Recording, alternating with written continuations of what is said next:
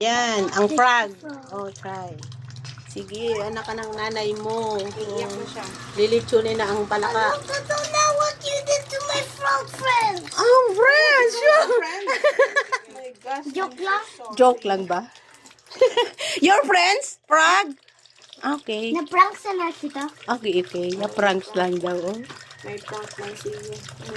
Oh, yan. Tapos na ang isa. Another. It's floating. Oh, nothing. Look ko. The frog. Di ka natakot dyan? Alaka!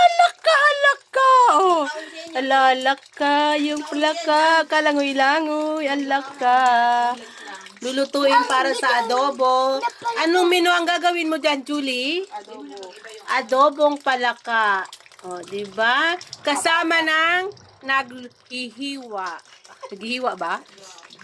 Hindi naman. Kusinera lang yan. Kusinera namin yan. Ang malakasan. Tatanggalin. Ano, sir? Oy, siyempre, buhay pa. Yan ang fresh na palaka.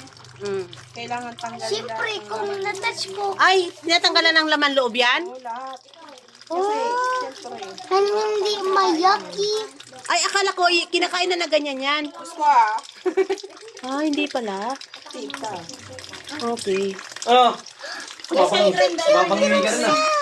Hindi pa rin kakaon yan. Hindi kumakain niya. Oh. May ano na siya, may baby. The frog. Oh, talaga. She have a little baby frog. Oh, Diyos ko man. You need to ask the big frog. Okay.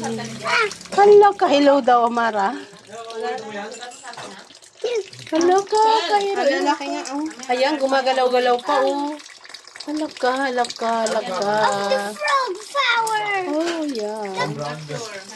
The frog is still alive. Alayan na. Oh my God, it. God save the frog. No. Maybe later is eating. The God frog. Waga. Kulit ang tulak yan ikaw ito. Isabay mo na sa lagyan.